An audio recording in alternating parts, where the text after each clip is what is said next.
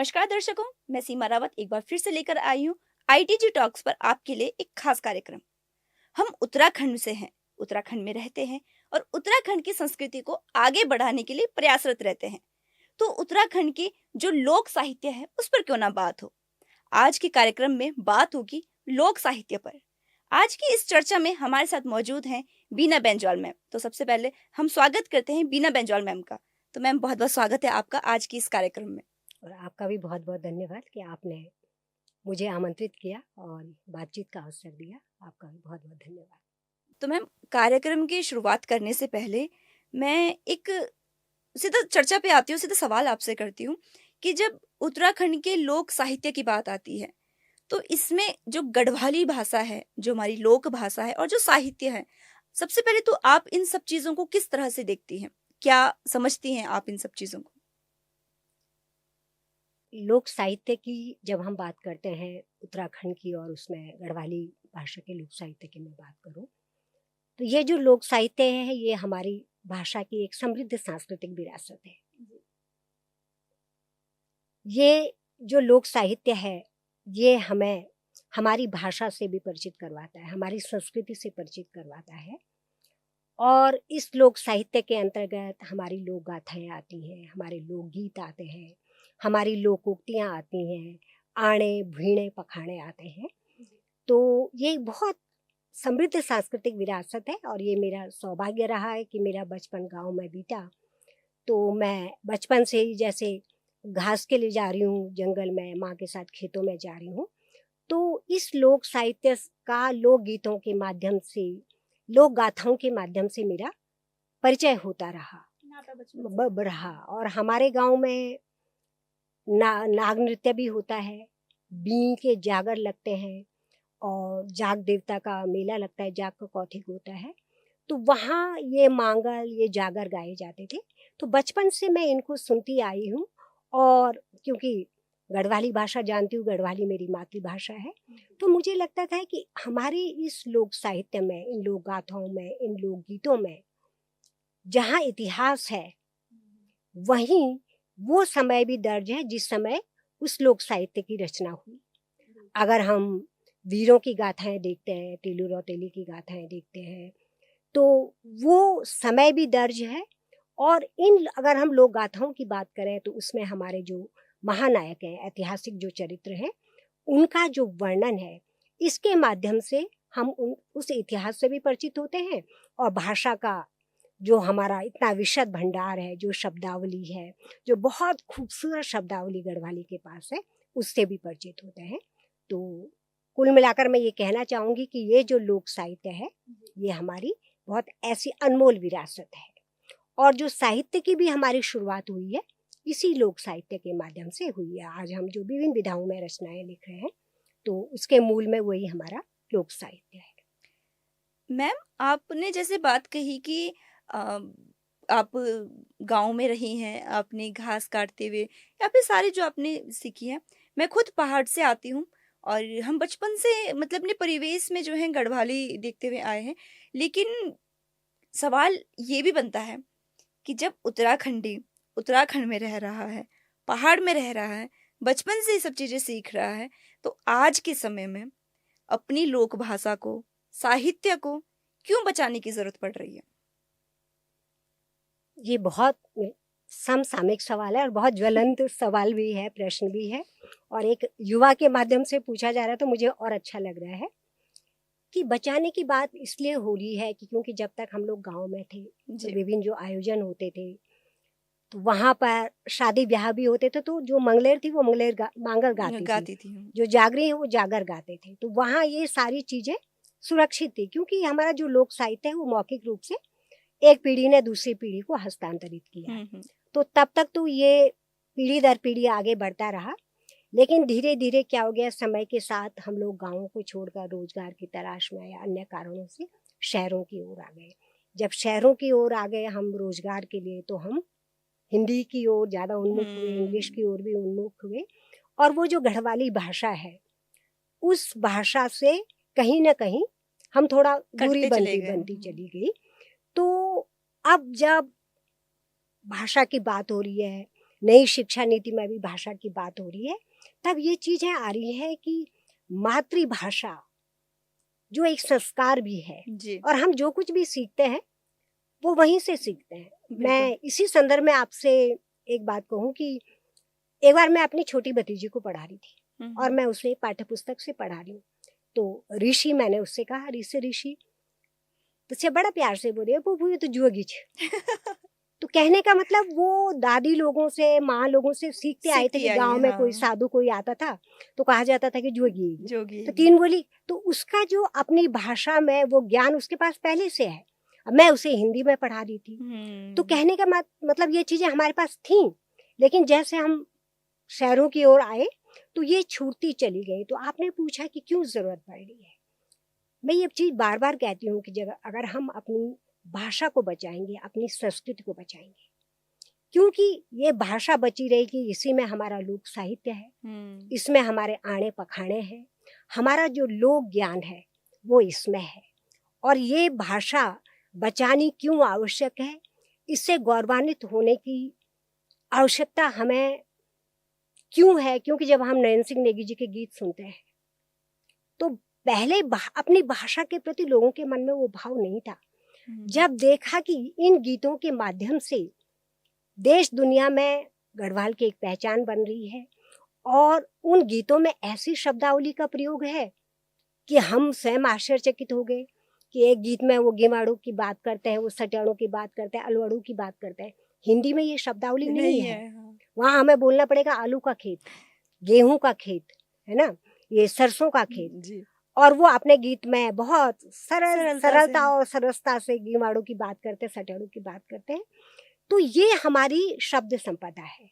तो हुँ, इसलिए इसको बचाना बहुत आवश्यक है, और इसके लिए ये जो वर्तमान समय है, आप हैं और भी हैं जो लेखन कर रहे हैं या विभिन्न माध्यमों से जुड़े हुए हैं, तो ये आवश्यकता है बचाने, क्योंकि ये भाषा बची रहेगी, ये तो हमारी संस्कृति बची रहेगी, हम अपनी जड़ों से जुड़े रहेंगे, अन्यथा हम भूल जाएँगे कि हम कितनी समृद्ध सांस्कृतिक विरासत के वारिस हैं। बिल्कुल। और मैम जैसे आपने बात कही कि गीतों के माध्यम से जो है बड़ी सरलता से समझ में आ जाता है कि अगर मैं बात कहूँ तो जब हमारे घर पे गाने बजते हैं ना नेगी जी के, तो माँ बड़ी गुनगुनाती रहती है उनके साथ हुँ, में, मेरी माँ ना हुँ। खूब गाती रहती है कि अरे ये तो हमारे टाइम पे इस चीज़ को बोलते थे, अरे ये तो ये होता है। तो बड़ा मतलब सोचने वाली बात है कि जो संपदा हमारी रह चुकी है, जो विरासत है वो कितनी सरलता से उन्होंने अपने आने वाली पीढ़ियों को उन्होंने दे दी, दे सौंप दी। दी। एक चीज़ मैं आपसे पूछना चाहूँगी मैम कि हम देखते हैं पहाड़ों में लेखन करने वाले बहुत लोग हैं, युवा पीढ़ी में भी काफ़ी लोग हैं। लेकिन ऐसा क्या हो रहा है कि या तो वो आगे नहीं बढ़ पा रहे हैं, या तो फिर उन वो कुछ लेख लिखते हैं, कुछ कविताएँ लिखते हैं, कुछ गीत लिखते हैं, उसके बाद वो विलुप्त हो जाते हैं, गुमनाम हो जाते हैं। तो इस चीज़ को किस तरह देखती हैं आप? नहीं, मुझे नहीं लगता कि ऐसा भी नहीं है कि हर कोई गुमनाम हो जाता है, जी। क्योंकि थोड़ा ये है, मैंने कहा ना कि हम हिंदी की ओर ज़्यादा हुँ, उन्मुख हो गए हुँ। हैं, तो थोड़ा अब घरों में भी गढ़वाली बोली नहीं जा रही है, तो थोड़ा पाठक कम हो रहे हैं। हम लिखने वाले हुँ, तो बहुत हो रहे हैं गढ़वाली में, पाठक कम हो रहे हैं, और इसीलिए हम कहते हैं कि जो गढ़वाली हम लिख रहे हैं, वो बहुत कठिन ना हो। हुँ, वो ऐसी गढ़वाली हो जिसे हमारा युवा अगर पढ़ना चाहता है, हमारी गढ़वाली के पत्रिका दाद निकलती हैं या चिट्ठी पत्री निकलती हैं, उधर कुमाऊँ से आदली कुसली या कुमगढ़ निकलती हैं या पहरू निकलती हैं, तो हमारी कोशिश रहती है कि उसकी भाषा ऐसी हो कि अगर कोई हमारी इन भाषाओं की ओर उन्मुख हो रहा है, पढ़ना चाह रहा है, इसमें लिखना चाह रहा है, तो उसे समझे। हुँ। तो ऐसा भी नहीं है, अगर आप लिख रहे हैं, तो मुझे लगता है कि थोड़ा आप जो पहले लिखा गया है, उसको भी पढ़िए। उसको पढ़िए। पढ़ना ज़्यादा ज़रूरी बहुत है। ज़रूरी। हुँ, जब आप पढ़ेंगे, तो आपको लगेगा कि भाई ये तो गढ़वाली में तो ऐसा पहले ही लिखा गया है, हुँ, और हमें तो इससे और कोशिश करनी है, चाहे विषय वही हो, अभिव्यक्ति का हमारा जो ढंग है, हुँ, वो हुँ। कुछ उसमें नयापन होना चाहिए, और कुछ हट के है, तो पढ़ा जाएगा।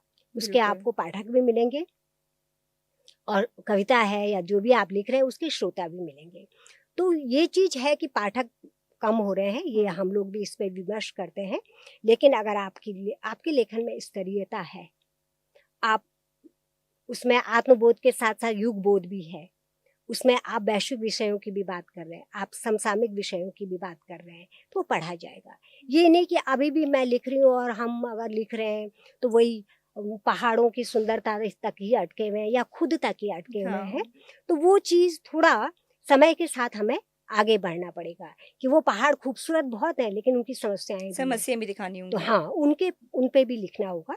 तो अगर आप इन विषयों को चुन रहे हैं और वो स्तरीयता का ख्याल कर ध्यान रख रहे हैं, तो पढ़ा जाएगा। और क्योंकि लेखन तो सतत प्रक्रिया है, आज नहीं, कल नहीं, अगर आपके लेखन में वो दम है, तो आप कभी न कहीं कभी न तो कभी ज़रूर, सही समाज बात है। स्वीकारेगा, पाठक आपको मिलेंगे। और हाँ। जैसे आप देख रहे हैं कि गढ़वाली कविता आप मंचों पर हुँ, किस तरह से पूरा उसका वो अपना एक अलग ही उसकी माहौल बाँध देती है। माहौल बाँध देती है, वातावरण बना देती है। तो ये स्थिति है कि अगर आपके लेखन में वो वो शब्द, आपकी काव्य चेतना, आपकी शब्द सामर्थ्य उस तरह की है, तो वो पहचान आपको मिलती है।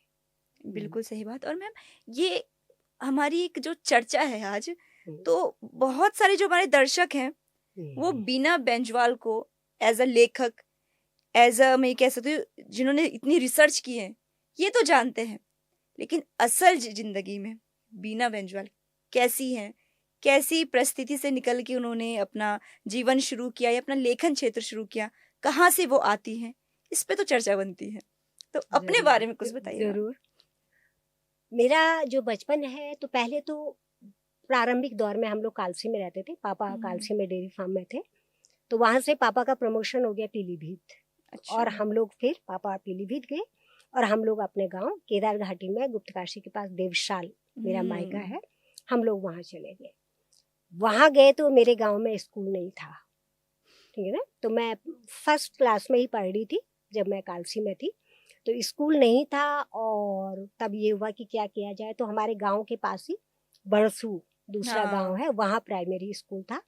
तो वहाँ मेरा एडमिशन हुआ। एडमिशन हुआ, जो बच्चे जा रहे थे, खासकर लड़के, लड़कियाँ तो बहुत कम थी, तो मैं वहाँ जाना मैंने शुरू शुरू किया। किया। हुँ, 5वीं पास हमारे टाइम पर बोर्ड होता था, 5वीं पास किया तो ये था कि माँ के साथ मैं सारे काम करती थी। मतलब मैंने धान भी कूटा हुआ है, मैंने घास भी काटी, मैं जंगल में लकड़ियों के लिए भी जाती थी, वो सारे काम किए। तो वो प्रॉपर माँ, पहाड़ी हाँ, लड़की।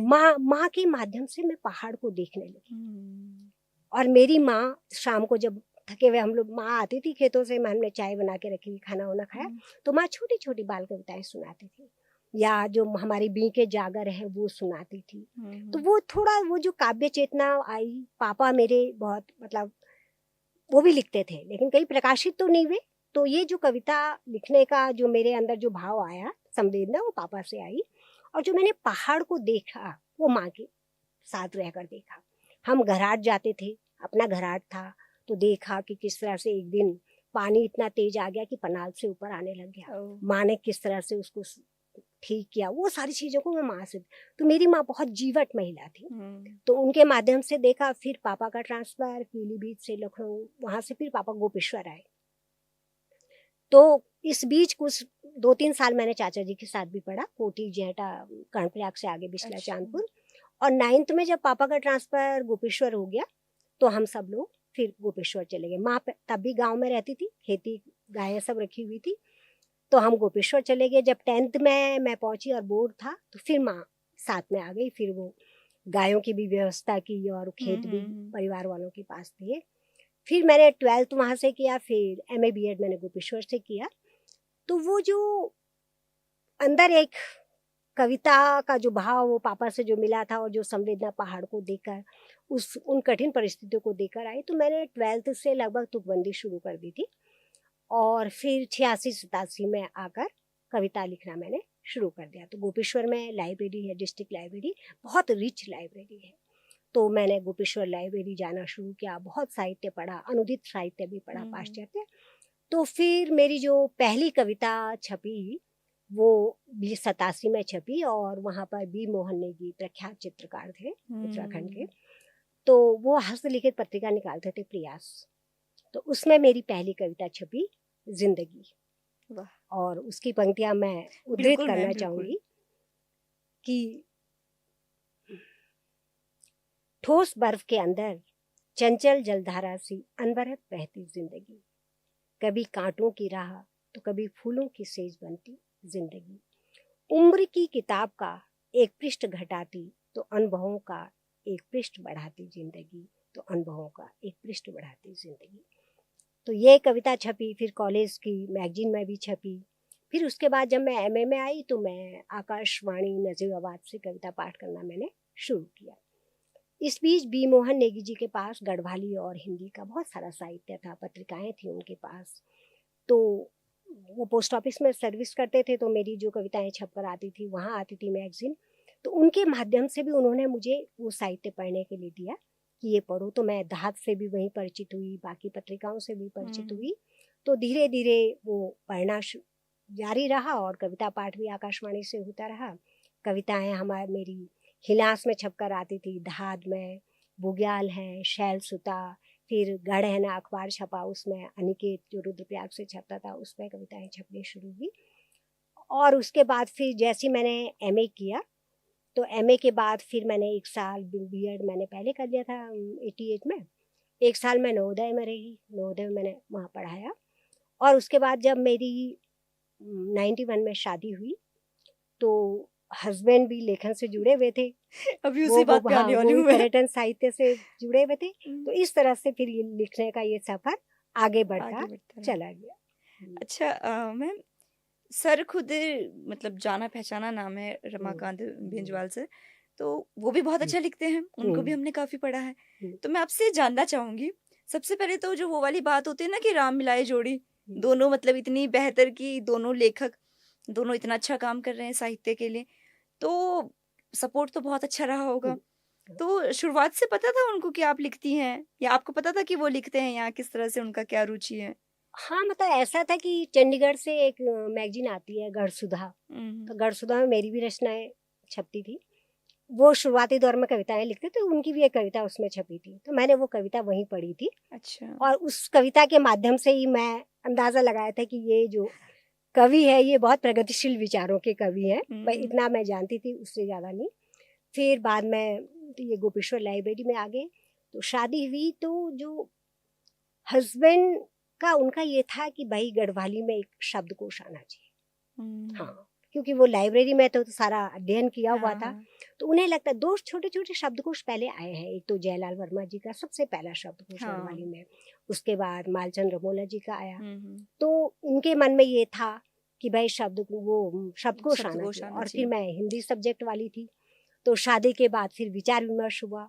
तो शुरुआत में तो ये भी हुआ कि मैं, बच्चे भी छोटे थे तब, जॉब भी था, तो मैं थोड़ा हिचकिचाई भी। वह शब्दकोश पे काम करना कोई आसान बात नहीं। सही बात है, आपको बहुत हर रिसर्च चीज लगती है हर बहुत, तरह हाँ, की। वो तो उस पे आप तो कविता तो आप बैठकर लिख लोगे, लेकिन तो वहाँ आपको प्रत्येक शब्द की व्याकरणिक कोटि देखनी है, उसका अर्थ देखना है, पूरा वर्णानुक्रम, सारी चीजें। तो शुरू में तो थोड़ा मेरे को लगा, लेकिन तब तब वो हमारे जेजी अरविंद पुरोहित जी, वो रिटायर हुए हैं स्टेट से एज ए प्रिंसिपल, तो वो भी हिंदी सब्जेक्ट वाले थे। उनसे भी विचार विमर्श हुआ, उन्होंने शब्दों का संकलन शुरू कर दिया। अच्छा। शब्दों का जितना संकलन उन्होंने किया और जो अर्थ उसके लिखे, वो अपने में मतलब अद्भुत थे। और फिर मुझे भी प्रेरणा मिली कि ये काम तो ऐसा है, हम भाषा के लिए काम कर रहे हैं, अपने शब्दों से परिचय होता चला जा रहा है। तो इस तरह से फिर हम तीनों लोग जुट गए, शब्दों का संकलन हुआ। फिर मैं अल्फाबेटिकली देखना, उसकी व्याकरणिक कोटि निर्धारण करना, ये सारी चीजें। तो 15 साल हमारे शब्दकोश पे लगे इसको बनाने में। इतनी ज्यादा हाँ, तो रिसर्च। बस हाँ, तो ये था कि फिर वही शब्दों के माध्यम से परिचय, फिर आगे वो एक का सपना था, फिर दूसरा, उस तरह से विचार विमर्श के बाद हम आगे बढ़ते चले गए। तो हमारे उस शब्दकोश में 21,000 शब्द है। 21,000? 21,000 शब्द हैं। और सच में बताऊं कि जब हम उन शब्दों का संकलन कर रहे थे तो मुझे भी लगा, मैं गढ़वाली बोलती थी, मैंने गढ़वाली की कविताएं पढ़ी थी, लेकिन लगा कि हमारे पास तो ऐसी शब्दावली है। आप देख लीजिए, टेम्परेचर के लिए हिंदी में हम कहते हैं ठंडा पानी, गुनगुना पानी, गर्म पानी, लेकिन आप गढ़वाली में जाओ तो तक चस्सू, गलतू, मंततू, चड़चड़ू, खिड़खिड़ू, मतलब अलग अलग टेम्परेचर के लिए अलग अलग शब्द है। इसी तरह से फिर मैंने देखा कि हंसी के लिए, जैसे हम गढ़वाली में, हिंदी में हम कहते हैं खिलखिलाती हंसी या बनावटी हंसी, तो यहाँ हमें हंसी के पहले विशेषण जोड़ने पड़ते हैं। गढ़वाली में ये नहीं है, वहाँ आप खिलखिलाहट शब्द है तो यहाँ उसके लिए खिकताट है। हाँ। लेकिन अगर बनावटी है तो वह निकनाट, बेवजह की हंसी है तो खिकचाट। हाँ। और तब पता चला कि यहाँ शब्दों में सूक्ष्म अर्थ भेद है। इसी तरह से अब तब उसी दौरान ये परिचय भी हुआ कि अगर हम कहते हैं हिंदी में सिर दर्द, गढ़वाली में उसके लिए अलग से शब्द है मुंडारू। मुंडारू है हाँ, बहस आने वाला कल है, कि आने वाला मतलब ब्याली और भूल, तो ब्याली जो बीती या तो वहां उसके लिए अलग शब्द है ब्याली। हाँ, जो आने वाला है भूल, बोल लेकिन हिंदी में हमको बोलना पड़ता है बीता हुआ कल, आने वाला कल। तो धीरे धीरे ये परिचय शब्दों से होता चला गया और इस तरह से शब्दों की यात्रा हमारी ये आगे बढ़ती चली गई और हमारा ये शब्दकोश 2007 में प्रकाशित हुआ। हाँ, और बहुत ज़्यादा ये पसंद किया गया क्योंकि जहाँ पे हिंदी और इंग्लिश के ही जो डिक्शनरी मिलती है, शब्दकोश मिलता है, वहाँ पे गढ़वाली का आना अपने आप में एक बड़ी उपलब्धि थी। मैम, एक बात ये भी है कि जब शब्दकोश हमारा आया, काफ़ी लोगों ने गढ़वाली को और करीब से जाना, अपनी भाषा को और करीब से जाना। एक चीज़ ये भी है कि हमारे जो स्कूल हैं, पहले की जैसे कि गुरुकुल होते थे तो वहाँ पे उसी तरह से अध्ययन विधि थी, संस्कृत पढ़ाई जाती थी, वेद पढ़ाए जाते थे। हर जगह पे हर तरह के नियम है। इंग्लिश स्कूल की अगर हम बात करें तो वहाँ पे इंग्लिश ज़्यादा पढ़ाई जाती है। सरकारी स्कूल की अगर हम बात करें, हर हर स्कूल में सब कुछ है। लेकिन हमारे पहाड़ में, हमारे उत्तराखंड में जो हमारी लोक भाषा है, उसकी बात नहीं होती है स्कूलों में। तो इसके ऊपर क्या कहना है आपका? क्योंकि बीच में बात उठी थी कि गढ़वाली सिखाई जाएगी स्कूलों में, लेकिन धरातल पे वो उतना हुआ नहीं। धरातल में बात उतनी पहुंची नहीं, काम उतना नहीं हुआ है। तो क्या लगता है आपको कि क्या सब चीज़ें ये हैं और कितनी इसकी ज़रूरत है? ये जरूरत तो है, तभी हुँ, तो मैं कह रही हूँ कि नई शिक्षा नीति में बात हो रही है। हुँ, तो बीच में हमने एक प्रयास किया भी था कि हमने फर्स्ट से लेकर फिफ्थ तक हुँ, पाठ्य पुस्तकें बनाई थी और वो गणेश खुगशाल गणेश जी जो धात के संपादक हैं और कवि साहित्यकार जी, हैं, तो उनके संयोजन में हमने और वो पौड़ी और रुद्रप्रयाग के एक एक ब्लॉक में वो पढ़ाई भी गई स्कूलों में और उसके बहुत सारे वीडियो भी मैं देख रही थी कि हाँ, बच्चे बहुत उत्साहित होकर पढ़ रहे हैं, तो उस पाठ्यक्रम पे हमने काम किया था। उसके बाद SCRT के माध्यम से भी पाठ्य पुस्तकों पर काम हो रहा है हुँ, कि जो अलग अलग भाषाओं की मतलब गढ़वाली है चाहे वो कुमाऊनी है उसका बन रहा है पाठ्यक्रम। तो आपका इसकी आवश्यकता है हुँ, और ये आज गढ़वाली ओपन यूनिवर्सिटी में ही पढ़ाई जा रही है हाँ, और SGRR में भी उसका पढ़ाया जा रहा है और इधर यहाँ दून यूनिवर्सिटी में भी, हाँ, तो उसका डिप्लोमा कोर्स चल रहे हैं। तो क्योंकि और इसके लिए थोड़ा ये मैं कहना चाहूँगी कि अगर आप इन भाषाओं को रोजगार से जोड़ते हैं हुँ, तो जो हमारी युवा पीढ़ी है वो इसकी ओर ज़्यादा उन्मुख ज़्यादा होगी ज़्यादा रोजगार। बढ़ेगी। हाँ, हुँ, कि अगर आप गढ़वाली में आपको आपको टीचिंग लाइन में जाना है, हुँ, बच्चों को गढ़वाली पढ़ानी है तो स्वाभाविक है कि पहले आपको गढ़वाली आनी चाहिए। सही बात भाई है। जो गढ़वाल का है वो तो पढ़ा लेगा, जो बाहर से है जिसे नहीं आती है वो क्या करेगा? हुँ, तो उसके लिए ये पाठ्यक्रमों का निर्माण हुआ और बच्चे इसमें एडमिशन ले भी रहे हैं, पढ़ भी रहे हाँ, हैं। तो एक ये भी कारण था कि इसको रोजगार से जोड़ने के लिए इसको पाठ्यक्रम में शामिल किया जाए। हुँ, और ये जो भाषा है, मैं ये चीज़ मैं बार-बार कहती हूँ कि भाषा अगर आप पढ़ रहे हैं, आप संस्कृति से जुड़ रहे हैं, अपनी जड़ों से जुड़ रहे हैं, अपनी बिल्कुल। माटी और अपनी थाती से जुड़ रहे हो, तो उसके लिए भी ये मतलब बहुत ज़रूरी है। तो इसलिए रोज़गार से जुड़े, हम अपनी भाषा को संरक्षित करें और उस संरक्षण के लिए बहुत सारे रास्ते हैं, हुँ, जिसमें हम अभी बात करेंगे। जी। मैम, आपकी पहली किताब कब आई? शब्दकोश शब्दकोश को अलग अगर हम रखें, हाँ, तो शब्दकोश के अलावा जो आपने आगे प्रकाशित की हैं किताबें, तो वो कब आई और किस बारे में वो किताबें थी? मेरा जो पहला संग्रह कविता संग्रह आया मुट्ठी भर भर, वो हुँ, मतलब 1995 में आया। चिट्ठी प्रकाशन से वो आया और हाँ। क्योंकि मैं कविताएं गढ़वाली और हिंदी में समानांतर रूप से लिख रही थी। हुँ, हुँ। उसके बाद फिर 96 में आया कमेड़ा आखर, अच्छा। वो गढ़वाली कविता संग्रह है। हुँ, हुँ। और उसके बाद कविता लेखन छिटपुट तो होता रहा, फिर हम लोग उन्मुख हो गए हुँ, हुँ। शब्दकोशों की ओर। शब्दकोश में। शब्दकोश तो 95 में मुट्ठी भर बर्फ आया, 96 में आ गया कमेड़ा आखर। उसके बाद हमारा संयुक्त रूप से तीनों लोग, रमाकांत बेंजवाल जी मेरे और आदरणीय अरविंद पुरोहित जी, हमारा शब्दकोश आ गया हुँ, 2007 में। फिर दूसरा शब्दकोश हमारा आया, वो 2018 में आया, उसपे 8 हाँ। साल लगे। तो वो ऐसा हुआ कि आपने किताबों की बात पूछी तो कविता के साथ मैं शब्दकोश बिल्कुल, भी कह बिल्कुल, देती बिल्कुल। हूँ कि हमें फिर कई लोगों के फ़ोन भी आने लगे कि भाई हम चाहते हैं कि हिंदी का कोई शब्द है और उसके लिए हुँ, गढ़वाली में कौन-सा शब्द है। अब हाँ, जैसे मैंने कल ही कहा, तो कल के लिए कौन-सा शब्द है भूल, है ना? हाँ। तो अब हमने उस शब्दकोश पे काम करना शुरू किया। उसमें बेंजवाल जी और मेरा काम है। तो जैसे हमने वो शब्दकोश बनाया हिंदी, गढ़वाली, अंग्रेज़ी, अंग्रेजी। उसमें अंग्रेज़ी और लास्ट में रोमन के भी शब्द, हुँ, रोमन लिपि में भी हमने लिखा। उसके पीछे कारण था कि हमारे जो लोग इस भाषा पे रिसर्च कर रहे हैं, जिनको देवनागरी लिपि नहीं आती हाँ, है, तो वो अगर उनको भूल पढ़ना है, तो वो नहीं पढ़ नहीं पाएँगे। पढ़ पाएँगे हाँ, हम। तो BHOL करके हमने उसको भूल भी दिया। तो उसको हुँ, हमने लर्नर कोश माना अच्छा। कि वो एक तरह का लर्नर कोश है, जो उसमें हमने कुछ वार्तालाप भी दिए। जो हमारी हुँ, विशिष्ट शब्दावली है, वो अलग परिशिष्ट में दी। खेतों से संबंधित शब्दावली, लकड़ी से, पानी से संबंधित, मकान निर्माण से संबंधित शब्दावली, वो सारे रिश्तों से संबंधित शब्दावली। और गढ़वाली की सबसे बड़ी ख़ासियत है कि उसमें हमारे ध्वन्यात्मक शब्द बहुत हैं, घ्राणबोधक शब्द हैं, तो वो हमने उसमें दिए। तो ये 4 किताबें हुई, 2 मेरी पहले, फिर 2 2 शब्दकोश संयुक्त रूप से। उसके बाद फिर 2021 में मेरी एक किताब आई मिसेज़ रावत। हुँ, हुँ, वो मेरी कविताएँ नहीं है, उसमें मैंने विश्व की 54 कवियत्रियों की कविताओं का गढ़वाली में अनुवाद किया है।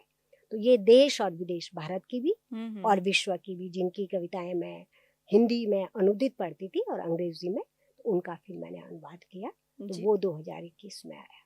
हुँ, मैम मिसेज़ रावत पे भी मैं ज़रूर आऊँगी और खुद हुँ, मैं रावत हूँ तो इस बारे में तो मैं ज़रूर जानूँगी। हुँ, लेकिन इससे पहले आते हैं आप पर, हुँ, आपकी और किताबों पर। हुँ, तो जब आपने शुरुआत की, कविताएँ लिखी, तो कविता लेखन एक ऐसा क्षेत्र है कि अगर हम देखा जाए तो गायन के क्षेत्र को बहुत जल्दी उपलब्धि मिलती है, बहुत जल्दी नाम मिलता है। लेकिन लेखक को उतना ज़्यादा नहीं मिलता। ये अक्सर होता है कि गाने तो बहुत फ़ेमस हो जाते हैं, लेकिन हुँ, किसी को ये नहीं पता होता कि वो गाना लिखा किसने है। हुँ। तो जब आपने शुरुआत की लिखने की, तो कैसा लोगों का आपके प्रति कैसा व्यवहार रहा? क्या रिस्पॉन्स आपको मिला लोगों से? जब आपने कविताएँ लिखना शुरू की या फिर जब आपने बताया कि हाँ, मैं लिख रही हूँ या फिर मैं कुछ ऐसा कर रही हूँ, तो कैसा रिस्पॉन्स रहा? नहीं, बहुत अच्छा रिस्पॉन्स मिला। उस समय गढ़वाली की मैं बात करूँ, तो गढ़वाली में पहली लेखिका हुई हैं विद्यावती डोभाल जी, जी। फिर उनकी बेटी वसुंधरा डोभाल जी, फिर उसके बाद वीणा पाणी जोशी जी, नीता कुकरेती जी, मैं नीता कुकरेती और मैं, हम लोग साथ-साथ लिख रहे थे। तो कम ही थी उस समय तक गढ़वाली में। हुँ, हुँ। तो मुझे बहुत मतलब बहुत अच्छा रिस्पॉन्स मिला।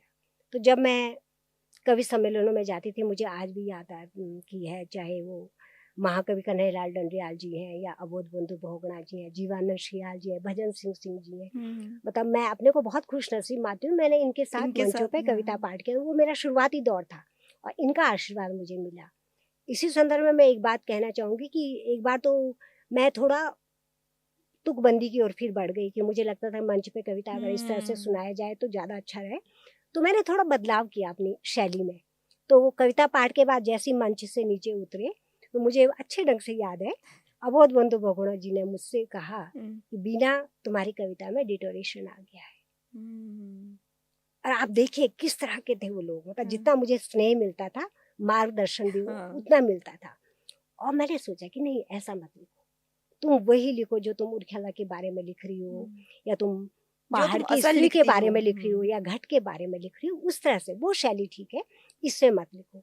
तो मुझे बहुत अच्छा लगा। हुँ। तो बहुत मतलब उस समय मैं कैसा लिख रही हूँ प्रशंसा भी होती थी और जहाँ कहीं इस तरह की मेरे से त्रुटियाँ हो रही हैं, नहीं समझ पा रही हूँ, हुँ। तो वो मुझे इंगित भी किया जाता था कि नहीं ऐसा नहीं। फिर उसके बाद एक बार नित्य सिंह असवाल जी ने भी कहा कि थोड़ा धारा बदल रही है, इसको हुँ। इस तरह से लिखो। तो बहुत अच्छा रिस्पॉन्स मिला, प्रेरणा मिली, मार्गदर्शन मिला। और मैं जब नवोदय में थी, तो मैंने फिर अबोध बंधु बहुगुणा जी को चिट्ठियाँ भी लिखी अच्छा। और फिर उनकी भी चिट्ठियाँ मुझे आती थी। फिर बाद में उनसे मिलने भी गई, तो उन्होंने भी मुझे सराहना भी मिली और मार्गदर्शन भी कि इस तरह से विषयों को चुनाव करना है, ये लिखना है, ये पढ़ना है। हुँ, हुँ। और फिर मैंने पढ़ा बहुत। हमारे जितने भी ये कवि हुए, चाहे भजन सिंह सिंह जी हैं, अबोध बंधु बहुगुणा हैं, कन्हैयालाल दंडियाल जी हैं, नेत्र सिंह असवाल जी हैं या गिरधारी लाल कंकाल जी हैं, जिनकी कविताएँ जहाँ से मुझे उपलब्ध हुई, मैंने पढ़ा और फिर लगा कि भई अपनी गढ़वाली में इस तरह से लिखना है, और साथ साथ हिंदी में भी लिख ही रही थी मैं, है ना। तो वो साथ साथ चलता रहा। अच्छा, हिंदी में भी भले ही बीच में फिर मैं आगे नहीं लिख पाई, बीच में शब्दकोशों की ओर मुड़ गई, तो उसमें भी हिंदी के लिए भी मतलब सराहना मिली कि भाई विषय चयन और जो अभिव्यक्ति है उसमें संभावनाएं हैं, ये कहा जाता था। अच्छा, ससुराल जब शादी हुई तो ससुराल में कभी ऐसा नहीं हुआ कि लड़का तो हमारा पहले था ही जो कविताएं कर रहा है, जो लिखने के क्षेत्र में, अब जो लड़की हमारे घर पे आई है वो भी उसी तरफ मुड़ गई है, तो कभी इस तरह का वातावरण नहीं बना घर पे? नहीं, बिल्कुल नहीं।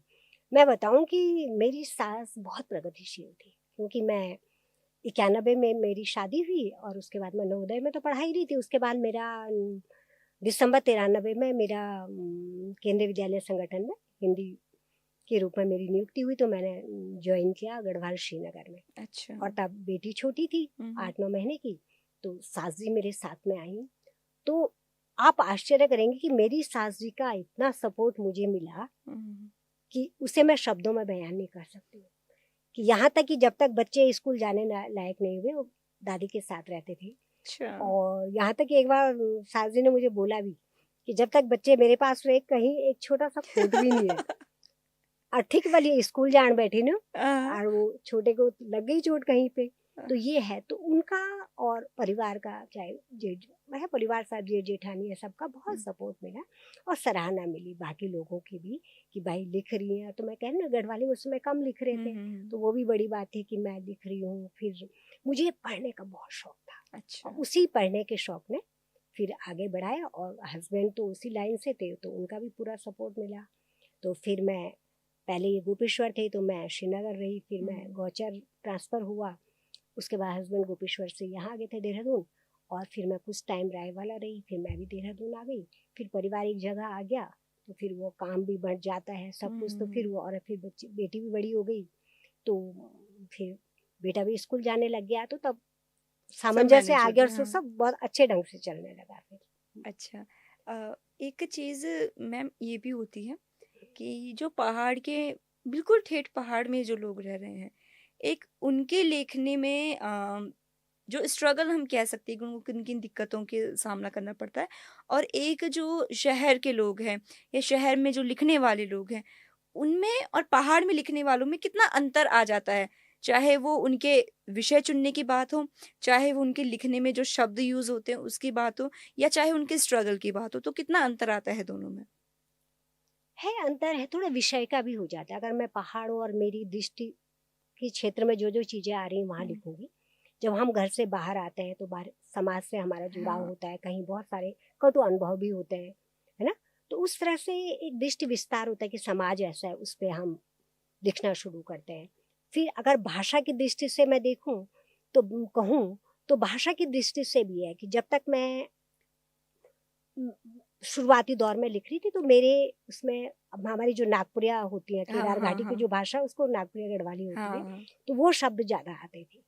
फिर सराहना भी मिली, लोकेश नवानी जी, उन्होंने भी हुँ। मुझे बहुत प्रोत्साहित किया शुरू में, उदात के संपादक रहे तब। हाँ। तो वो भी कि तुम्हारे पास शब्द बहुत अच्छे हैं, कुछ-कुछ शब्द हमारे मतलब गढ़वाली में तो है ही शब्द, गढ़वाली हुँ। का कोई भी आंचलिक भाषा है, उसके शब्दों का तो अपना ही एक सौंदर्य होता है। तो सराहना मिलती थी। तो ये अंतर आता है कि थोड़ा अगर आप पहाड़ में रह रहे हैं, तो आपके दृष्टि क्षेत्र में वही चीज़ें आ रही हैं, तो आप उन पे हुँ। लिखोगे। जब आप बाहर समाज में आते हो, बहुत सारे लोगों से जुड़ते हो, दृष्टि विस्तार होता है, तो वो विषय बदलते जाते बदलते हैं, जाते बदलते हैं। जाते, वही भाषा के साथ भी है कि आप ठेठ पहाड़ में हो, तो आप वहीं के शब्दों का प्रयोग करोगे, वही भाषा। हुँ। लेकिन जब हम यहाँ आ जाते हैं, तो मैंने देखा कि फिर उसमें कुछ हिंदी के शब्द भी आते हैं, और कुछ फिर आपको लगता है कि नहीं, मतलब ठेठ वही शब्दों का प्रयोग करोगे तो क्या पता है पाठक मेरे न समझ पाए, तो हाँ, कठिन शब्दों का मैं मुझे प्रयोग नहीं करना है। तो वो सारा थोड़ा सरलीकरण भी हो जाता है, ज़रूरी भी वो है। हो जाता है, और वो ज़रूरी भी है। ज़रूरी भी है। अगर आपको पाठक चाहिए कि भाई हुँ। पढ़ें, और बहुत टफ होगा, तो क्योंकि वैसे ही मैं कह रही हूँ गढ़वाली में पाठक कम है, तो मैंने हाँ। देखा कि जो लेखक बहुत क्लिष्ट भाषा का प्रयोग कर रहे हैं, हुँ। तो वो उनको कम पढ़ा जा रहा है। लेकिन हुँ। जो सरलीकरण की ओर बढ़ रहे हैं, मतलब गढ़वाली का अपना रूप भी बना, उनका वैसी ही है, ये नहीं कि उसके साथ कोई छेड़छाड़ है, लेकिन उसको इस रूप में लिख रहे हैं कि हर पाठक पढ़ पा रहे हैं, पढ़ पा समझ रहे पा हैं। रहे हैं, उन तक हुँ। बात पहुंच पा रही है। तो ये ये अंतर मुझे लगा कि ये होता है विषय और भाषा का भाषा मैं। का। मैम, जब आपने लिखना शुरू किया, और कई बार ऐसा होता है कि किसी बात का हमारे ऊपर इतना प्रभाव पड़ जाता है कि चाहे उस पे कुछ लिखना बनता हो ना हो, पर हम उसके ऊपर लिख डालते हैं। चाहे जैसे अब आजकल का अगर हम देखें तो कैसी भी परिस्थिति होती है, उस पे कोई कुछ ना कुछ ज़रूर लिख लेता है। तो कभी कुछ ऐसा बहुत बड़ी चीज़ हुई हो कि आपको लगता हो कि नहीं, इस पे लिखना है, पर आप उस पे लिख ना पाई हो? कई बार होता है ना कि हम शब्दों में नहीं बयाँ कर हुँ, पा रहे, इसलिए मैं बोल नहीं पा रही हूँ। हुँ, तो हुँ। लेखकों के साथ भी ये होता है कि इतनी बड़ी चीज़ थी कि मैं उसको कभी लिख ही नहीं पाई। नहीं, होता है, बहुत सारी चीज़ें आती हैं। पहले तो आपका जिनसे परिचय होता है, जैसे मैंने शुरू में मेरे लेखन में पहाड़ की स्त्री थी, हुँ। पहाड़ का जीवन था और ये थी। फिर आप मैं जब आई तो कई बार ऐसे लगा, जैसे कोरोना की मैं बात करूँ, क्योंकि हाँ, समसामयिक कविता समसामयिक भी लिखा जाना इ चाहिए, लिखा ज़रूरी जाना। भी है। आप साहित्य का तो बहुत विशद उद्देश्य है। उसमें हम अपने समय को दर्ज करते हैं, अपने इतिहास को दर्ज करते हैं, तो वो सारी चीज़ें, वो एक दृष्टि भी देता है। हुँ, तो तब मुझे लगा, तो कोरोना के टाइम पर मुझे लगा लिखना चाहिए, पर शुरू में लगा कि नहीं हो पा रहा है, कि मतलब उस, हुँ, क्योंकि कैसी स्थितियाँ थी, आप हुँ, कैसे लिखोगे? तो फिर तब बहुत मुश्किल से, जब बहुत टाइम तक मनन हुआ कि नहीं लिखा तो जाना हुँ। चाहिए, तब जाकर मैंने एक लिखा था गीत। लेकिन अभी तो मुझे लगता है कि बहुत कुछ लिखा, तो लिखने की शुरुआत है। अभी तो बहुत सारे बहुत ऐसे कुछ लिखना बाकी है। वैश्विक विषय हैं, बहुत पहाड़, आज पहाड़ की जो विकट परिस्थितियाँ थी, बदलाव आ गया, सड़कें चली गई हैं। पहाड़ की नारी का जो संघर्ष है जीवन का, वो उस तरह से कम हुआ है, लेकिन लेकिन और कई सारी चुनौतियाँ आ गई हैं। हुँ, आप देखिए, पलायन हमारे सामने आया, फिर अब आप देख रहे हो कि इतने ज़्यादा कि अब पर्यटन हमारी आर्थिकी को तो बढ़ा रहा है, हुँ। लेकिन कहीं न कहीं उसका प्रभाव उस गलत क्षेत्र तरीके पर से पड़ ज़रूर रहा है, पड़ वो रहा है। पर्यावरण पे पड़ रहा है, बहुत सारी चीज़ें हैं कि जिस पे उसका प्रभाव पड़ रहा है। हुँ, तो ये सारे बहुत सारे विषय हैं जिन पे लिखा जाना चाहिए। तो अभी तो मुझे लगता है कि लिखा ही क्या है, कुछ नहीं, मैं थोड़ा पत्थरों पे लिख लिया, पर हुँ। बिसौनी की डूंगी पर लिख लिया, या उरखला पे लिख लिया, तो अभी तो बहुत कुछ लिखा जाना है। तो ऐसा मुझे लगा। बिल्कुल मैम। और ये ख़ासियत होती है एक लेखक की, एक कलाकार की भी, एक अभिनय, मतलब हर किसी की ये ख़ासियत होती है, जो यूँ कहते हैं ना कि भले ही उसने कर बहुत कुछ लिया है, लोगों की नज़र में उसने बहुत कुछ कर लिया है। आपने हिंदी गढ़वाली शब्दकोश आप लेकर आए, 2-2 शब्दकोश आप लेकर आए गढ़वाली, तो वो अपने आप में बहुत बड़ी बात है। पर उसके बाद भी आपका व्यक्तित्व ये है कि आप कह रहे हैं कि अभी कुछ भी नहीं किया, तो ये बहुत बड़ी बात है। और इसमें एक चीज़ मैं और जोड़ती हूँ कि जो हमारी युवा पीढ़ी है, युवा पीढ़ी अगर लिखने की शुरुआत करती है, तो जैसे ज़ाहिर-सी बात है कि पहले तुकबंदी जोड़ती है, या फिर एक पैरामीटर फिट होता है दिमाग में कि नहीं, कविता तो वही है कि जब टमाटर है तो हुँ, टर-टर ही लगना चाहिए, सब उसके तुकबंदी। पीछे, तो तभी वो कविता बनेगी। तो जो युवा पीढ़ी है, अगर वो लेखन में शुरुआत करती है, तो उनको किस तरह से शुरुआत करनी चाहिए? युवा पीढ़ी अगर लिख रही है, तो एक तो उनके सामने तो विषय तो बहुत सारे हैं, हुँ, विषय बहुत सारे हैं। तो शुरुआत करने से पहले मुझे लगता है कि उनको पढ़ना पढ़ना चाहिए। चाहिए। कितना, मैं खुद अपना अनुभव बताऊँ, एक कविता मैंने लिखी, किले, और मैंने सोचा कि मैंने तो बहुत अच्छा लिख लिया, प्रश्न खड़े कर दिए, ऐसा क्यों, ऐसा क्यों? हुँ।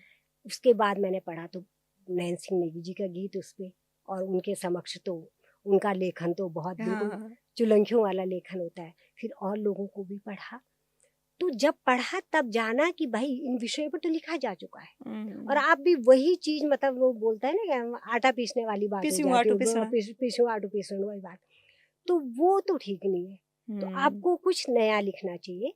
तो वो मैं नई पीढ़ी को कहना चाहूँगी कि भई आप पढ़ें कि क्या लिखा गया है, और दूसरे साहित्य को भी पढ़ें, दूसरी भाषाओं के साहित्य को भी, चाहे वो अनुदित पढ़ रहे हैं या आप उस भाषा का ज्ञान रखते हैं, वो पढ़िए, और फिर आपको एक दृष्टि विस्तार मिलता है, एक विषय हुँ। विस्तार होता है कि ये भी तो विषय है। या मैं अपनी खुद तक ही के ले रहा हूँ सीमित भाई, सही कि मैं बात। तो खुद लड़ रही, तो मैं भी यूँ भी तो देखो कि विश्व की समस्याएँ आप हुँ, देखिए, युद्ध, कितनी अशांति है, कहीं कोई आपदा है, कुछ है, तो वो मानवीय दृष्टिकोण, वो युग बोध भी उसमें आना चाहिए। तो बिल्कुल। ये मुझे लगता है।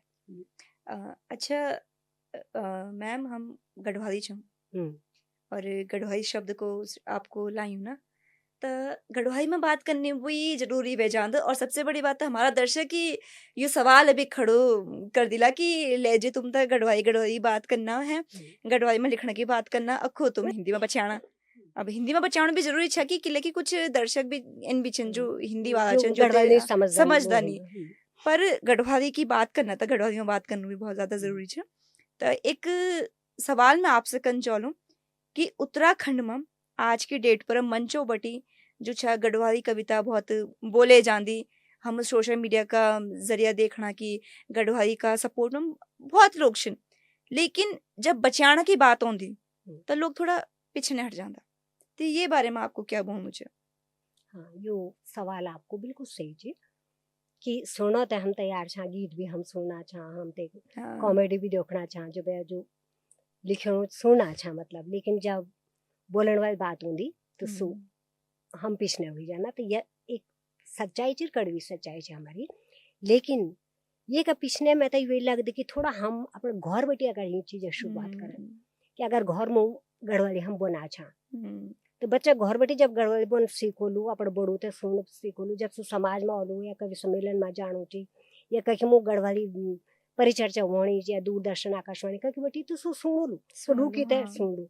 लेकिन जब ती गढ़वाली भाषा ते तेन घर में भी नहीं सुनी, तेन हाँ। कहीं पढ़ी भी नहीं, तो तब सु कनके ते की तरफ प्रवृत्ति होलू। तो हुँ। तभी मैं बार-बार बोल रही हूँ कि हम तय गढ़वाली अपना घर बैठे शुरू कर चाहिए। जन बिल्कुल। मैदगढ़ छो, मैदगढ़ सासजी छा, हुँ। तो सासजी हम तो घर में गढ़वाली बोलना, हाँ। तो बच्चों भी सीखी। तो आज बच्चा गढ़वाली में गढ़वाली में बोलना बुलाना बोलना चाहिए चाहिए। ना। तो कहीं किसी दोगनों में से गीत भी सुना चाहिए, सी हाँ। कहीं वो बातचीत चुगवानी तीता भी सुना चाहिए जो कि परिचर्चा अलग-अलग मंचों पर गढ़वाली की बात होनी इसी तरह सुनन इंटरेस्ट नहीं उनके तू तो गढ़वाली ऊँची। ओंदी छी हाँ। हाँ, तो ये का पिछने ये कारण छे कि हम घर बैठी अगर शुरुआत करना, दूसरा अगर हम पाठ्यक्रम में शामिल करना भी तो बच्चा अगर पढ़ना छे हुँ। न, तो तब भी से जानना कि ये भाषा को महत्व क्या छे, है बिल्कुल। ना? हुँ। और तब से ती के प्रति प्रवृत्त होला, यूँ मैं लगता छे। अच्छा एक सवाल और कंचोलू मैं सवाल के कंचोलू आपकी एक किताब छ हुँ, मिसेज रावत हुँ, और मैं खुद रावत छूँ। हुँ। तो पहली बात पहली चर्चा जो है ये पर कंचोलू कि मिसेज रावत नाम की लई। बढ़िया सवाल जी।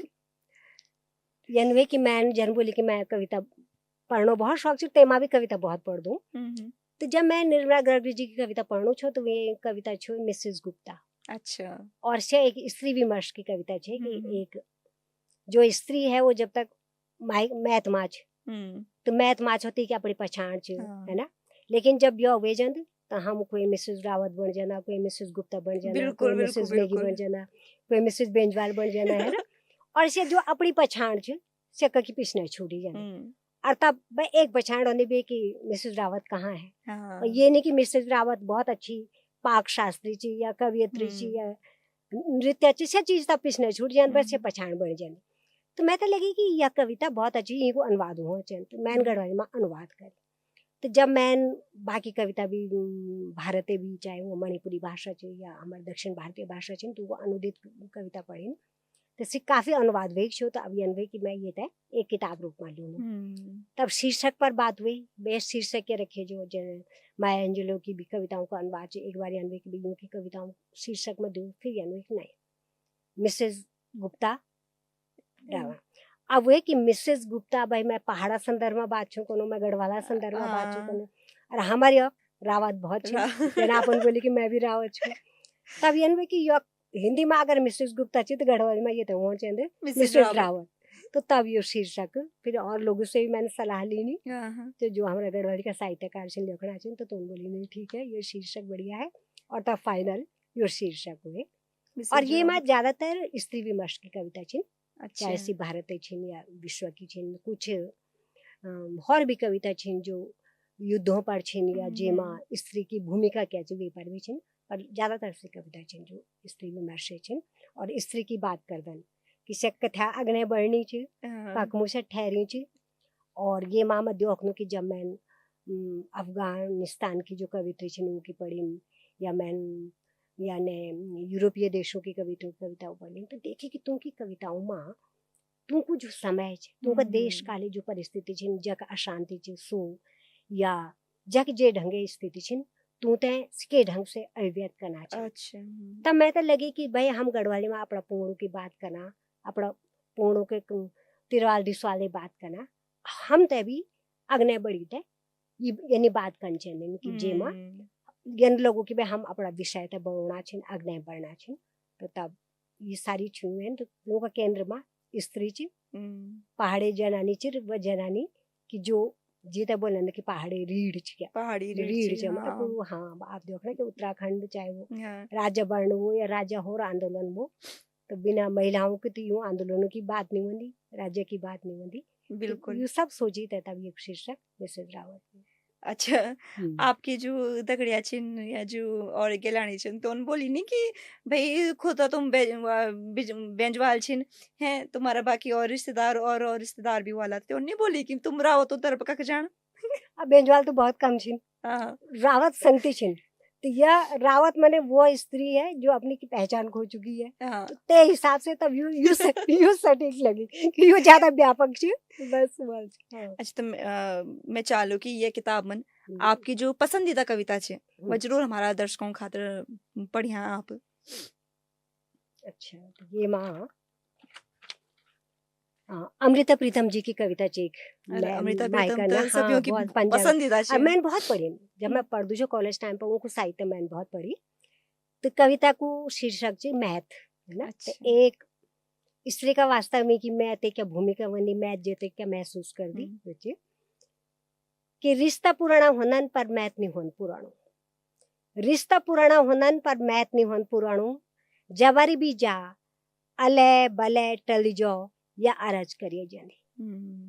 जवारी भी जा अले बले टली जाओ या अरज करिए जांदी, इन्हें उन्हें बालपना हिस्सा खत्यारनन, इन्हें उन्हें बालपना हिस्सा खत्यारनन, ककी हैसी ककी खुशी ककी आंसू मिलदन, ककी हैसी ककी खुशी ककी आंसू मिलदन, छोटा छोंदा गिलास कटोरी खाने रस्याण बढ़ा देनन, छोटा छोंदा गिलास कटोरी छोटा छोंद बालपन हाँ।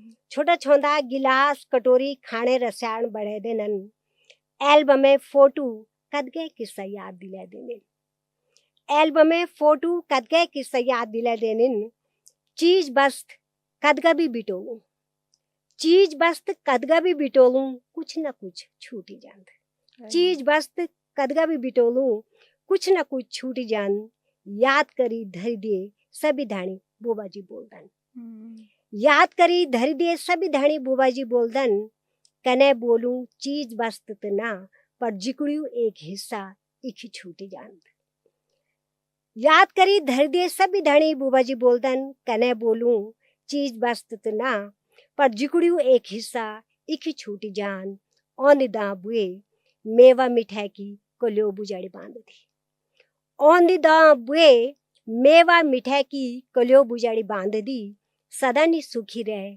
आशीष दीते साकी लगे भेट दी, सदा नी सुखी रहे आशीष दीते साकी लगे भेट दी, ए जनू हंसने हंसती में भी कुछ न कुछ छोड़ी अपनों, ए जनू हंसने हंसती में भी कुछ न कुछ छोड़ी अपनों, रिश्ता पुराना होनन जानी किले मैथ नहीं होन पुराणो, वी डेली ते छोड़न हर बार सोंगू नहीं होनो, वी डेली ते छोड़न हर बार सोंगू नहीं होतो।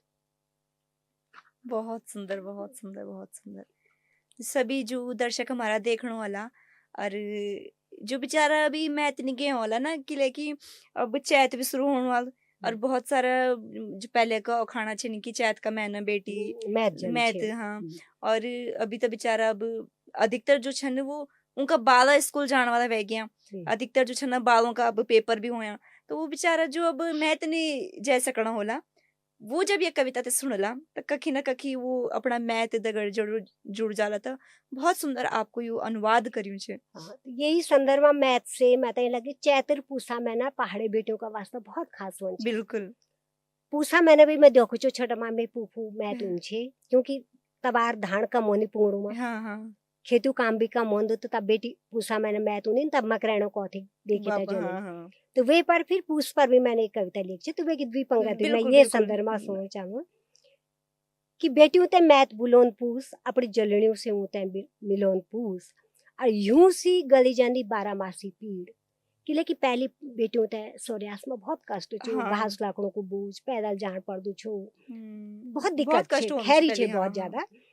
तो यूं सी गली जानिन 12 मासी पीड़, जब चुल्ला काक बेटू बैठोन पूस, बेटियों ते मैत बुलोन पूस, अपनी जलनियों से ऊते बिलोन पूस। और यूं सी गली जानी 12 मासी पीड़, जब चुल्ला काक बेटू बैठोन पूस। घास लाकड़ो बोझ मुन मंगे बिसे, हुँ। बेटियों खूब हंसोंद रुवोन पूस। घास लाकड़ो बोझ मन मंगे बिसे, बेटियों खूब हंसोंद रुवोन पूस। और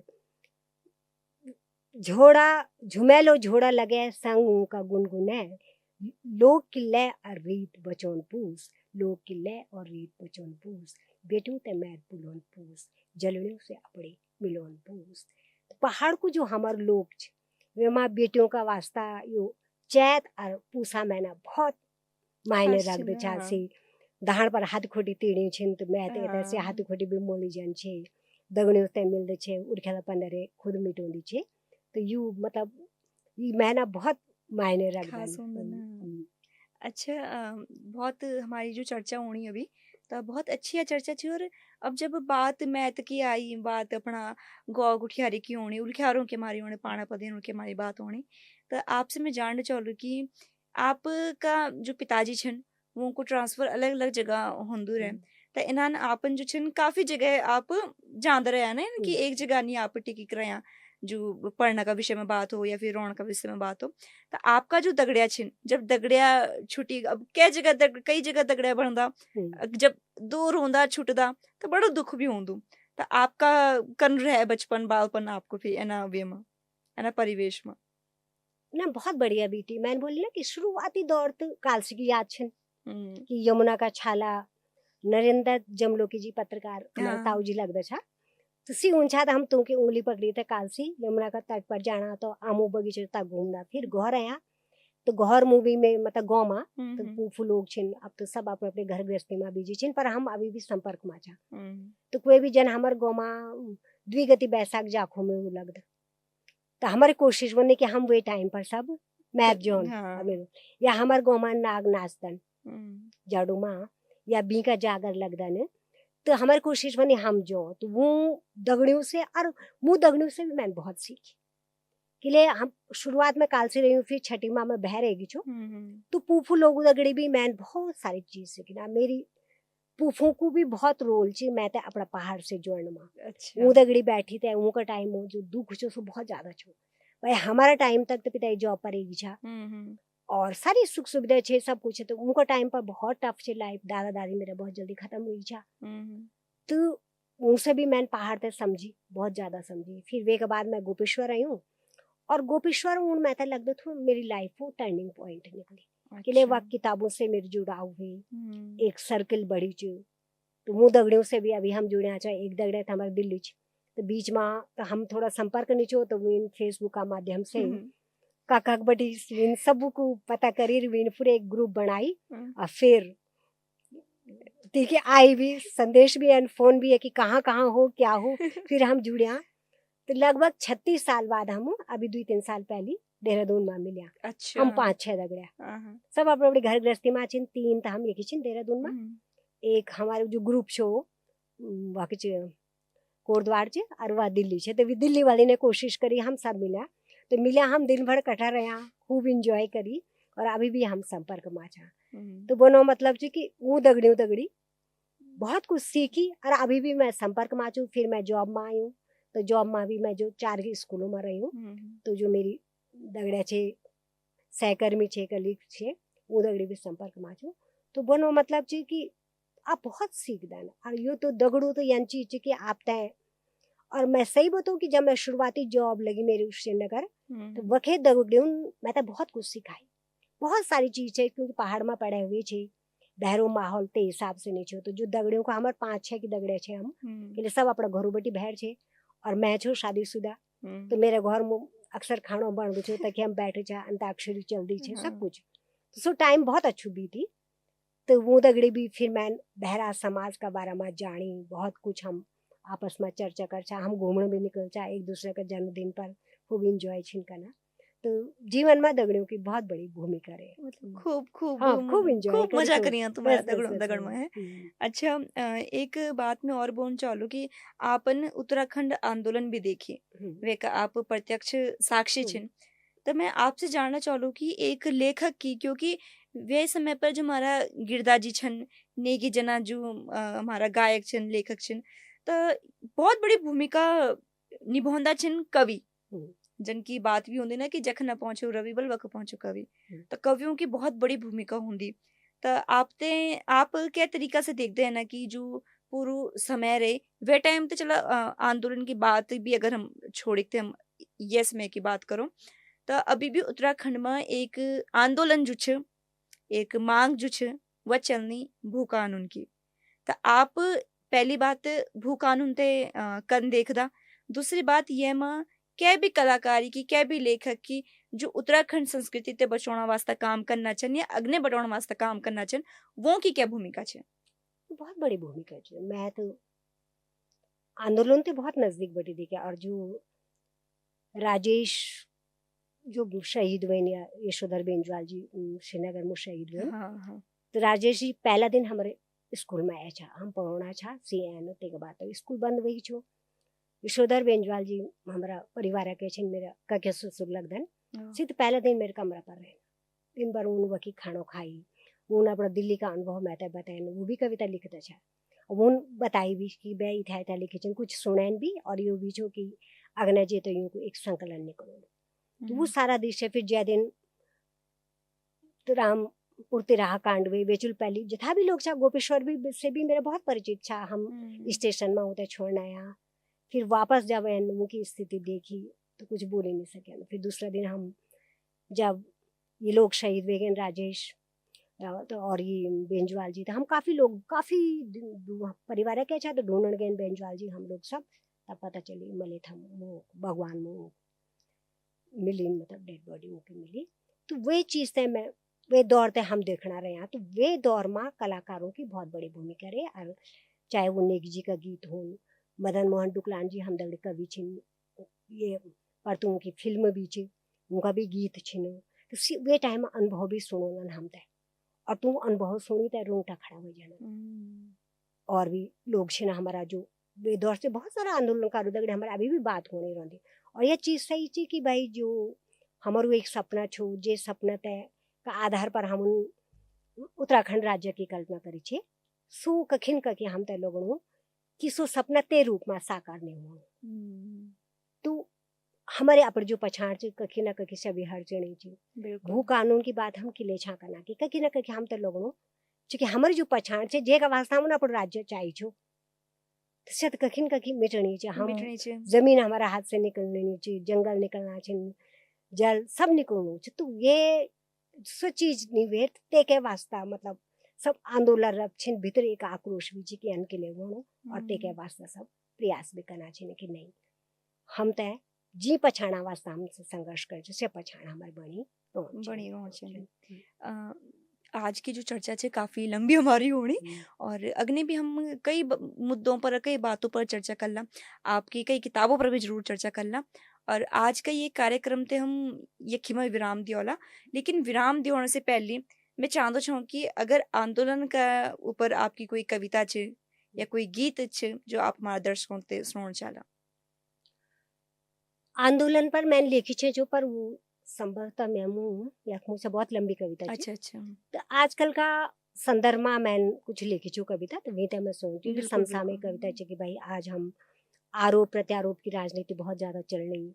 हमारा भीतर हुँ, जो एक संवेदना छे, वह संवेदना पता नहीं कब खत्म चोड़ी, एक हुँ, संवेदनहीनता हमारे भीतर होनी चाहिए। तो बिल्कुल। तेई पर मैं लिखी छो कि भयात कम हीस बीजा, भयात भाईचारा, हाँ। भयात कम हीस, हीस माने ईर्ष्या द्वेष, हुँ, हुँ। भयात कम हीस बीजा, मन मनख्या रीस बीजा, मन मनख्या रीस बीजा, और फुलवा गुलदस्ता देण वाला जिकड़ियों कांडा कीस बीजा। हुँ, हुँ। मतलब बाहर से हमारा चेहरा कोई और है, अंदर अंदर कुछ और है। हुँ। तो भयात कम हीस बीजा, मन मनख्या रीस बीजा, और फुलवा गुलदस्ता देण वाला जिकड़ियों कांडा कीस बीजा, और सल सिखोण वाले बेकदरी, डिग्री बट दरवी फीस बीजा सल सिखोण वाली भी कैदरी डिग्री बट दरवी फीस बीजा और विभाग सिंचे को जो का जिम्मा तो ही यक 30 बीजा विभाग सिंचे को जो का जिम्मा तो ही यक 30 बीजा और विकास केंद्रा बट्या बीज विकास केंद्रा बट्या बीज ग्यूं कम झीस बीजा विकास केंद्रा बट्या बीज ग्यूं कम झीस बीजा और आखिरी पंगा छिन कि राजधानी रंगा देहरादून ने मुखड़ी गैर सैने जिकुड़ी 30 बीजा राजधानी रंगा देहरादून ने मुखड़ी गैर सैने जिकुड़ी 30 बीजा भयात कम 20 बीजा मन मन ख्या 20 बीजा और फुलवा गुलदस्ता देने वाला जिकुड़ो कांडा 21 बीजा। अरे बहुत बढ़िया। और आपन जो लास्ट में बात बोली ना राजधानी वाली, तो ये मत हम बोलने कि छल होणो बते कुछ वे कुछ तन बात होनी, तो काफी कुछ मुद्दा छिन चर्चा करने वास्ता, काफी कुछ बातें छिन अभी जो पर अग्ने बात होनी बहुत जरूरी छे और कई मुद्दों लिखते हम दोबारा जरूर चर्चा करला। और सबसे पहले तो मैं आपको धन्यवाद दिलूं कि आप जो छे आज हमारा दर्शकों वास्ता हमारा वास्ता जो समय निकाली, तो बहुत अमूल्य यो समय छे, बहुत बढ़िया ये चर्चा छे। और सबसे बड़ी बात मैं तो खुशी है बात की होनी कि जो कि कविता मैं पढ़ दू छो ना, आज जब मैं आपका समक्ष बैठी हूँ तो वो बोलना नहीं कि बहर बेटी तुम्हें सवाल पूछनो, अब भीतर बेटी वो खुद पुत चल दो ना। तो यह तो मतलब मैं तो ये बोलूँ कि बहुत बड़ी बात छे मैं खातिर भी, और जो दर्शक देखना होला, जो ये चर्चा ते सुनना होला, वो भी बहुत कुछ सिखलाई है चर्चा से। तो सबसे पहले तो मैं आपको बहुत बहुत धन्यवाद कर दूं कि आपने जो छे समय निकाली थे हमारे ये प्रोग्राम में आया और अग्नि भी काफी कुछ चर्चा करला, तो आपको मैं बहुत बहुत धन्यवाद कर चलूँ। आपको मैं बहुत बहुत धन्यवाद कर चलूँ। आप भी कविता लिखदन मैं जान दू छूँ गढ़वाली हिंदी दुई में। और अगर युवा पीढ़ी अपनी भाषा का प्रति था सजग जी आपे पीढ़ी, तो यह हमारा वास्ता बहुत खुशी की बात, एक उम्मीद जग दी भाई हम तो अपना हिसाब से करना छा। जना अपन बार बार चिंता जताई कि भाई गढ़वाली नहीं बोले, मैं देखूं कि हमारा जो गढ़वाली कवि भी छिन नए लिखवार भी लिखना छिन, कोई अन भी छिन कि जो अभी हमने एक वर्कशॉप करी छे श्रीनगर में ना गढ़वाली भाषा व्याकरण पर, तो हिंदी और गढ़वाली में जो वक्त बच्चा PhD करना सी वाकई एनर वून इत्या मतलब रुचि दिखाई दे वर्कशॉप में कि हम तो बहुत सब रिसर्च स्कॉलर छा सी पूछना चाहिए एक द्वितीय भी तू तो दुख चोनो कि मैं गढ़वालू छू पर मैं तो गढ़वाली हूँ उनका सिर्फ अपन दुख भी बताई। तो बोलो मतलब कि नई पीढ़ी ही और प्रवृत्त होनी चाहिए, हमारा वास्ता बहुत खुशी की बात है, या एक आस जगाने वाली विश्वास जगाने वाली बात है। तो आपको भी बहुत बहुत धन्यवाद कर दूं कि आप माध्यम से अपना सुनदारू देखदारू से छी बात लाणो अपनी बात आप सामने रखने मौका मिली, तो बहुत बहुत आभार, बहुत बहुत धन्यवाद जी। धन्यवाद मैम। तो आज का प्रोग्राम में हमारा दगड़ में जो मौजूद था वो बीना बेंजवाल मैडम जी, जो मन हमने काफी सारी चर्चा करी, काफी सारी छुई बत हुई, काफी सारी जानकारी आप तक ते पहुंचाई। एनी और कार्यक्रमों लेते हम मौजूद होला, तब तक बने रहा हमारा दगड़ में और देखता रहा ITG टॉक्स, और चैनल ते सब्सक्राइब करना ना भूलिए, और एनी और वीडियो वास्ता ये वीडियो ते ज्यादा से ज्यादा जरूर शेयर करें। धन्यवाद।